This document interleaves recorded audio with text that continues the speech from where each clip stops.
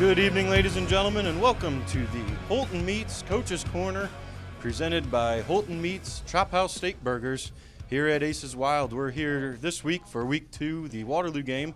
We've got Coach Jermaine here with us this week, and before we dive in, just a reminder, if you want to become a sponsor, contact Coach Horner, and we got all sorts of levels and sponsorships that you can have and get us into the future and what we've got going on here. Coach Jermaine, good week at practice this week, coming off that Mascoutah game and getting ready for rivalry week? Yes, Alex. Anytime you come off a game like you did last week, kids they're motivated, they're fired up, especially like you said with a rivalry week. Rivalry week, that's a tough word to say. The kids are ready to rock and roll. Excited, like we've talked about. I know Coach Horner talked about it last week, and we talked a little bit before the game. We had a lot of kids getting their first varsity snaps, so it was pretty good this week that they got thrown under the fire. Thrown to the wolves a little bit last week. So we'll see what happens this week. I think they'll be ready to play. Yeah, rivalry week. Rivalry week. Yeah. It's always fun, and whenever you got Waterloo going down there, it's going to be a good time. It's the first time they're going to be playing on their turf against Columbia. I guess they played last week at home, but they got that new turf down there, so they're going to be hyped up and always going to be hyped up. Columbia Waterloo. Last week, took one on the chin. It's the first time we've taken one like that since 2012 or 2010. Rather, it was a Week 9 game that you win and you're in, and we didn't win. We play in the Nashville Hornets in Week 9. Yeah, I think, Alex, you were the quarterback that year. Yeah, junior year? Yeah, okay. Unfortunately, yeah. We're all hyped up. Senior night, you're going to have a great night, and Brady Hari, I believe, or Bryce, the two brothers, I don't remember, took the opening kickoff 90 yards, and it was a new ball game right away. They had a pretty good team, and they ran that double wing to perfection. So, they were pretty tough to stop. Yeah. So that was the last time that Columbia gave up 49 points. We're coming off the 42-14 loss, 3 hours and 3 minutes. Talk about a long game. 30 penalties rather, 24 on Mascoutah. We did a good job for that first game of the season, only having 6 penalties. Me and Jared talked. You always want to keep that first game pretty clean, and I think Columbia did a good job with that, keeping it clean. Yeah, we did. There was a couple times on the kickoff returns. McConaughey, they did a great job of blocking for him, but he busted a couple of those loose. A couple of them got called back, but we never want to see. And as a defensive coach, I don't want to see our kick return team out there a lot, and unfortunately that wasn't the case Friday night with having 6 returns for Kyle. But Coach Kendall does a great job with our special teams and getting those guys prepared every week. So it was good to see Kyle get a little bit of recognition for getting some good returns. Yeah, so like I said, 42 points given up was the most we've given up since 2010, and the 14 points was the least amount of points that we've scored since 2012, a Waterloo game. I believe it was a rainy game, one of the first years I think we were on the turf, and just a game we couldn't get anything going. So in typical Columbia fashion, we score a lot, we don't give up a lot.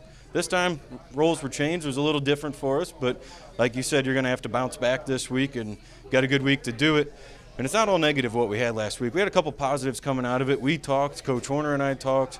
You got 8 guys going both ways, and a lot of those guys were getting their first varsity snaps on the season. Yeah, I mean, you look at the Mascoutah team, and the kids don't know it, but as a coaching staff, we knew going in that they're a pretty good team, and obviously you're not going to tell the kids that, hey, you're going to be in for a dogfight. They're really, really good, but they had a lot of kids back from 2 years ago when they made it all the way to the semifinals. In 2019, and then last year they won their first outright MVC title in 20-plus years, going 5-1. And if you look at their scores from last year, all those kids that were playing this past Friday night played in those games last year when they went 5-1 and won the Mississippi Valley Conference bowl game, beating Triad 40-0 in the last game of the season. So they got a good squad. They've got athletes all over the field, and our kids, we battled for about a quarter and a half, and then then we started, fatigue started setting in a little bit with our kids going both ways and getting their first snaps. But, for the first quarter, we were right there with them. But I think fatigue started to set in, and that was the determining factor. And that was one thing, we talked about, too. You don't get too many 100-degree weeks coming up to the first game of the season. And, fatigue obviously was a big factor. And I don't know how many guys we had cramping up. But once you get that first cramp, you're not getting rid of it very quick at all. It's going to stay with you for the entire length of the game. And I think Ethan said we had 15 kids go down just of cramps alone. Wow. So, and a couple of them were multiple times. So did you do a couple extra rounds of spirit sprints for them to try to Well, get them we in pushed shape? we pushed the sled a little bit this week, so there their you legs are be a little bit more conditioned, I guess. Well, I hope so. That's going to be big with the Waterloo team. We'll talk about it a little bit, but typically a run team, so you're going to need those legs to be with you. So we'll talk your specialty. Everybody always likes the praise of the offense, getting the big numbers up there, but defense wins championships. And for 21 years here in Columbia, you've been doing a heck of a job as defensive coordinator. Well, I appreciate that, Alex, and that goes with kids buying into the system that you're trying to sell. Coach Horner and I have been, like you said, been together for quite some time, and I played defense in high school, didn't play it in college, and got here back to Columbia, and worked a little bit at the underclass level for 3 years. Learned from under my dad was a coach for a long time. Learned under him, learned under Joe Iorio, but then Scott Horner and I took over. Or he took over and asked me to be his defensive coordinator, and I accepted. And I've learned a lot from Coach Horner. He's a very great mastermind of the offensive side of the ball. And every day in practice, I'm going against one of the best coaches in Southern Illinois, the Metro East.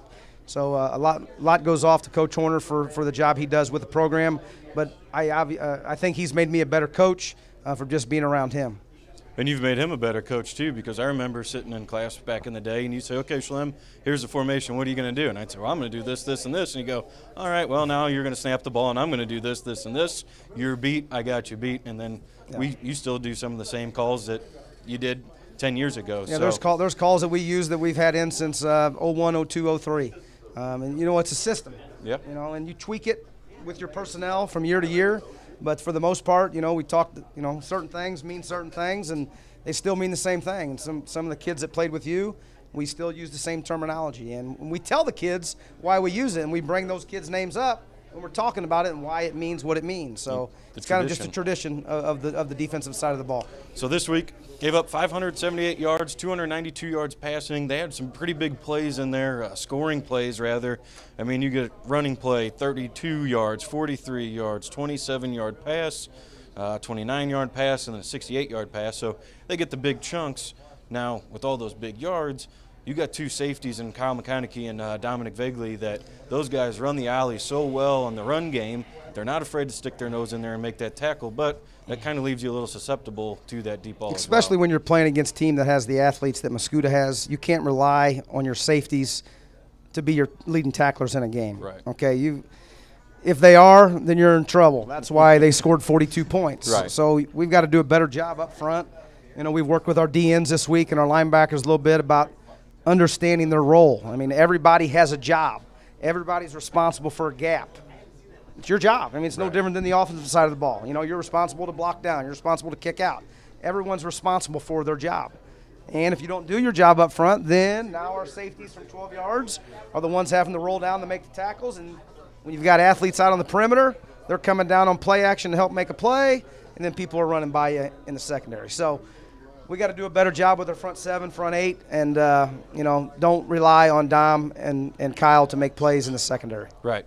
And I thought we did a good job of forcing – our corners did a good job. When the play started to get outside, they forced it back in, which is where you want it to be, and had a couple arm tackles, and that's all week one kind of stuff. You don't want it to be any week, but it's week one, Get those kinks out, and I think everything would be good. But we did a good job forcing it back in. You get it to where all the guys are sitting, and you hope somebody makes a play. And those athletes, I mean, you can't take anything away from Mascoutah. No. They're a heck of a football team this year. Yeah, like you said, we had Drew Meganson and Elijah Jarvis. Elijah went down, early in the third quarter, and you bring a kid in like Zach Wetzel, who all summer long was there at practice, working his tail off.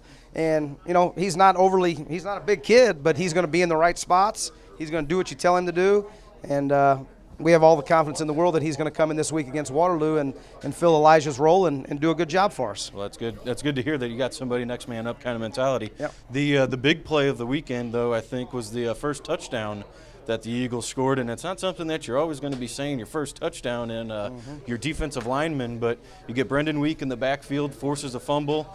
And then you had, I believe it was Kaczynski making a big play, making a big block, and Owen Brewer picking it up, rumbling, stumbling his way down for 55 yards, I believe it was, for that scoop and score touchdown. Owen is probably in the whole program of our 47 kids, he's probably the 10th fastest kid we have in the program. So I knew once he got that ball and the quarterback fell down, he was going to take it to the house.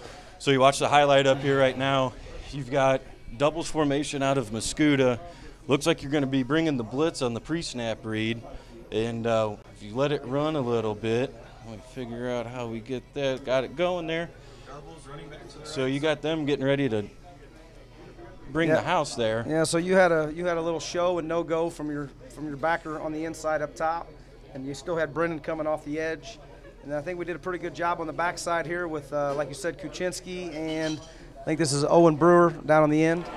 So you've doubles running back to the right side. Going to be a straight pass. Yep, Jackson bringing it juice. Going to be a fumble by the play. Pick it up, Eagles. It's picked up. I think that paid off because he goes untouched. He goes untouched to the quarterback, and you got a 4th and 9 situation here. So let's go. Let's straight pass. Go back to that spot.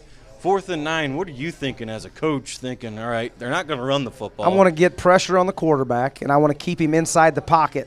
That's why I was bringing 2 from the field side, to keep him from being able to escape and roll out to the right. Which is what he attempts to do. And as he does, Brendan does a great job of getting a hand on the ball. And this block right there, be a fumble by the play. Pick it up, Eagles. It's picked up, and Owen does the rest. And Owen Brewer's a kid, quiet as can be, but a lot of fun too. And it's a good thing for him to get in the end zone. It is, and it was great to see him show some emotion there because, like you said, the kid is, he's like a mouse. He doesn't talk much, which is a good thing sometimes, but great to see him get in the end zone and score our first touchdown of the season. So we just watched that. That's how a coach watches a play right there. You play it for 2 seconds, so we'll let the whole thing run right there. And it's just a great play all the way around. Cut across, show, coming back, and just forcing it to be a big play and gets things rolling for us. Doubles running back to the right side. Absolutely, Alex. So now that takes us up 7-0 real quick. Thinking everything's looking like it's going to be a good deal. You got the emotion coming out of some of the players that you don't always see. And then after that, it was just Mascoutah's offense kind of did what they had to do and went off from that. We took advantage of, they came down and scored to make it 7-7. We forced them to punt, and they had a bad punt that only went about 10 yards and put our offense in good field position to get a score on the board to go up 14-7. And we kind of traded score theirs for a little bit, and they went up 21-14. And then we had we were driving, I believe, and had a holding penalty that knocked us out of, great field position down inside the 5 or 10. And then we were forced to, I believe we punted from there. I think so. But you can talk about that. Well, we'll get into offense here in a little bit, but we're going to go to a break real quick, and we'll talk offense. We've got the defense out of the way, and we'll be back with the Holton Meets Coach's Corner, after this.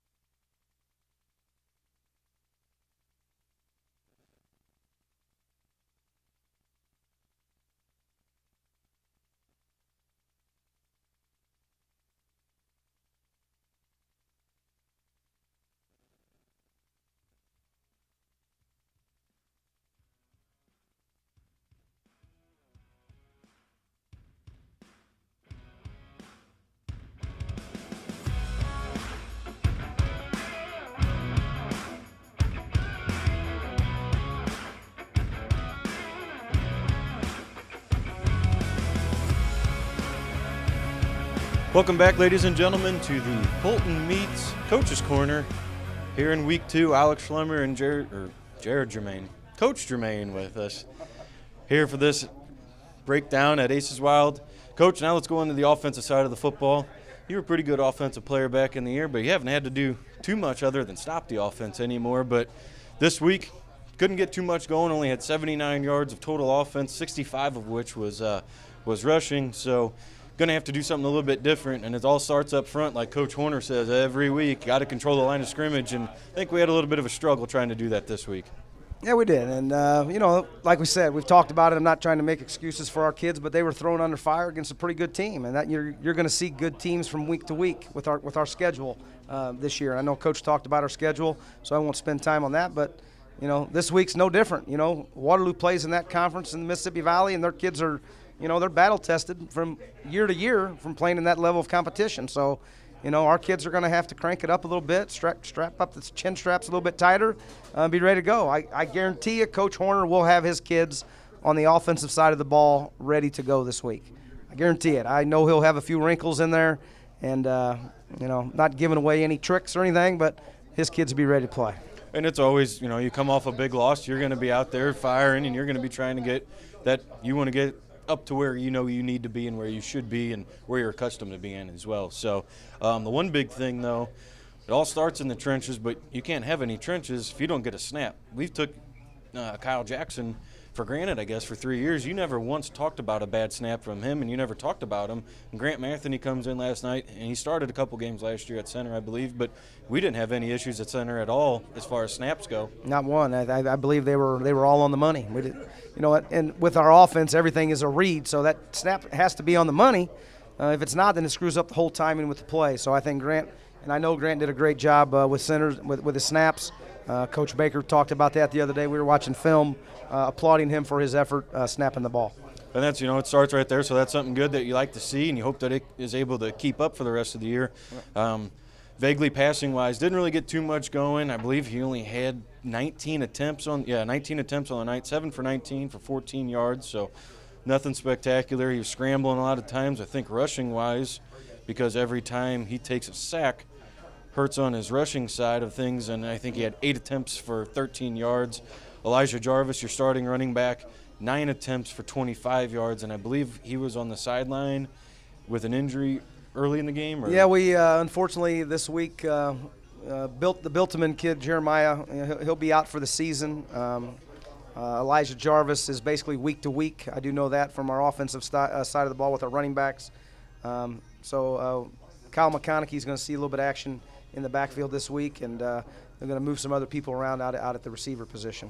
And Kyle's accustomed to that. He was your starting running back last year, so hopefully he's able to jump right back into where he was and keep going from that perspective. And if he can give us 6 returns for 115 yards on the kick returns, hopefully we don't see him 6 times. But with any of our running backs, all our line has to do is give them a seam. Those kids, Elijah Biltman and Kyle McConaughey, they have that breakaway speed. So if they give them a crease, they've got the opportunity to take it to the house. So we didn't have many creases the other night, but we did have one crease, and that was when Dom went in for a 4-yard touchdown run. And like you said, that was all set up by the muffed punt, we're going to call it, or the missed punt from Mascoutah. Gave us great field position, and we just had to go 15, 20 yards, I believe it was, to get into the end zone. And that makes it pretty easy on all the coaches to only have that short field ahead of you. And got the highlight here pulled up. Big thing that started this whole drive right here, the play before Cunningstein goes out, he was supposed to go out. He had a helmet fall off. So with that, high school rules, once the helmet comes off, you have to come off the field. And with that, we called the timeout, and you said Coach Horner drew up the play from there? Yes, he did. He called the running play that you're going to see here on the screen. I can't give out the terminology. I don't want to do that. No, we don't want to do that at all. But, I think Jared said on the broadcast, you want to get the ball in your playmaker's hand, and that's absolutely what we did here on the goal line. So on that play, Dom's flanking out to the left side. He makes a move, playmaker's hands, and he's able to make the move and give it into the end zone. And on that, like I said, though, with that timeout, Coach Horner draws it up. And with that, I mean, you're feeling good there. You're up 14-7. Yeah. So, I mean, it's like I told you, for first quarter, it's back and forth. And unfortunately, we turn the ball over and give them a short field. On the next possession, when it's 14-14, and they score. And then with the capability they have with their athletes, we talked about it earlier. Our kids have to come up, get out of coverage in the secondary. And their kids are good athletes. Let's face it, we've had several of those type of kids in our program in the past, and not knocking any of the kids we have now, but there's speed kills, speed kills, and Mascouta's kids, they won the state championship last year in track and field, and a bunch of those kids are out there on the football field. I believe you had a shirt back in the 03-04 area. It was a white shirt, speed kills, strength punishes. Absolutely. That's a pretty good phrase to live and die by there when it comes to football. Yes, sir. So now we're going to look ahead, week 2. The Waterloo Bulldogs come in on an 0-1 season. They lost last week to Mater Dei. We come in 0-1, obviously. Columbia, again, 628 students. Waterloo coming in 827 students. So they're a 5A school, I believe. Yep. And so you're facing 5A Mascouta, 5A Waterloo back-to-back. And that's – I mean, I can't believe Waterloo's that big, and they've never seen that big. But, Columbia in the series, 18-16 overall. Last matchup was in 2019, 35-10 victory. I believe that was a home victory, correct? That was at Waterloo. It was at Waterloo. At Waterloo, yep. Anything you remember from that game? They scored first. They had a long pass, and London came from the opposite hash and tackled the kid on about the 3-yard line. And then we held them to a field goal in that possession. And then we scored 35 unanswered, and then they scored one late in the fourth quarter to get their touchdown and make it 35-10. It amazes me. I can ask you what happened in 2003. I'll just do it to you right now. Oh, goodness gracious. 2003, you lost in the postseason. Who'd you lose to? We lost to Heron in double overtime at our place. I can ask you that from 2003. I can ask you what play, how you scored, how they scored. They had a really good running back that went to Carbondale. His name was Baker. Played at Carbondale. Real good. He was really, really good. All right, we'll go back to Waterloo. I just had to show everybody this guy can name any play, any player. He'll give it probably the records, I believe, too. I think we've toyed around with that too. Yeah. Anyway, you and Coach Warner come into the game 9-9 since 2001. 18-16 overall is Columbia and Waterloo. And what do you expect Waterloo to do on the offensive side of the ball? So what are you preparing for this week? And without giving away too many insights. Like you said, we've coached against Coach Rose for a number of years. He's been anywhere from double wing T to spread. He's all over the place. So our kids, we have to be ready for every formation, everything. We're going to see the whole gamut. You're going to see an Althoff set that Belleville Althoff used to run back in the day, where they have a tackle split out and they shift. They shift him in and they go tight end on the backside. So our kids are going to have to be able to make adjustments on the fly within a 1 or 2 second window. If they don't shift, then we're going to have to stay in a certain look. Our kid, formation-wise, our kids defensively, we have to be fundamentally sound. We have to make sure we're in the right gaps and doing our responsibility. So then, what are they going to do defensively that we're going to have to do offensively, or do you know what Coach Warner's got in mind? Yeah, I mean, we have one film on them. Obviously, they've played one game, so we were able to see what they did against Mater Dei. And, like Coach Warner has to do, on the offensive side of the ball, he's got to prepare for a 3-man front, a 4-man front, or a 5-man front. Okay, and you're going to see a 5-2, you're going to see a 4-4, you're going to see a 3-3, you're going to see a 3-4. Okay, you're going to see about 4 or 5 different looks. You're going to play cover 3, they're going to play cover 2, they're going to play cover 4. On the offensive side of the ball, from a defensive coach, you could see double wing from a week. You could see spread. You could see wishbone. You could see Hugh Wyatt double tight. I mean, the list goes on and on and on and on and on. So, each week it's kind of like you're playing chess with your opponent. Coach Warner has to do the same thing on the offensive side of the ball, and so do I on the defensive. Now, just a reminder to everybody, we will not be broadcasting this week, so don't be looking for the game. Just a heads up on that. So now, one question I'll ask you: what's your favorite memory coaching against Waterloo? Well, just because we're only 9 miles apart, I think every victory that we've had against them is my favorite memory, because when these kids are going to grow up, they've grown up together 9 miles apart. They played against each other in Little League. They played each other, in junior high. Now they're playing freshman ball, JV ball, high school ball. So we always tell them there's 1 or 2 games on your schedule that you're going to remember for your high school career. It's probably homecoming, and it's the Waterloo game. So anytime you play Waterloo, you can walk off the field saying Blue Pride with more points than them on the scoreboard, It's a good thing. that's a good thing. All right. So now, for anybody that doesn't know Coach Germain, and we have Mrs. Germain and Jared here, he's a planner. He's got to have everything ready to go. When I tell him, hey, I'm going to interview you for pregame, okay, let me know what you're going to ask so I know what to say. And today, I said, hey, I'm going to get you for Coach's Corner today. Okay, well, let me know what we're going to talk about so I can get some time to prepare, and he's got his notes written here. However, sometimes you have to have some rapid-fire questions whenever. Oh, goodness gracious. Whenever you can't prepare. So, we're going to take that first answer that comes to your mind. Ready? Okay. Remember, that's that first thing that comes to your mind. Oh, goodness gracious. All right. Favorite pregame meal?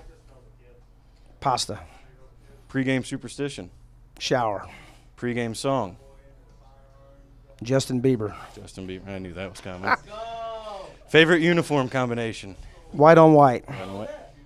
Game coached? Anything you say, Waterloo? Will I say anything? I'm sorry. We'll go favorite game coached. Probably the Greenville game in 07. Favorite win? Greenville game of 07. Favorite child? Both of them. Jared, I'm proud of Jared because he went and got his first shot today. So I'm proud of Jared for doing that. Good deal. Yeah.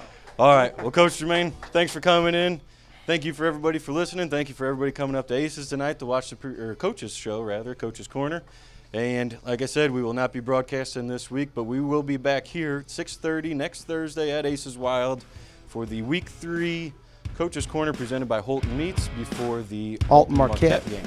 Hopefully we talk about an Eagle victory and we keep this thing rolling. So thanks again, everybody, and we will see you next week. Thank you, Alex.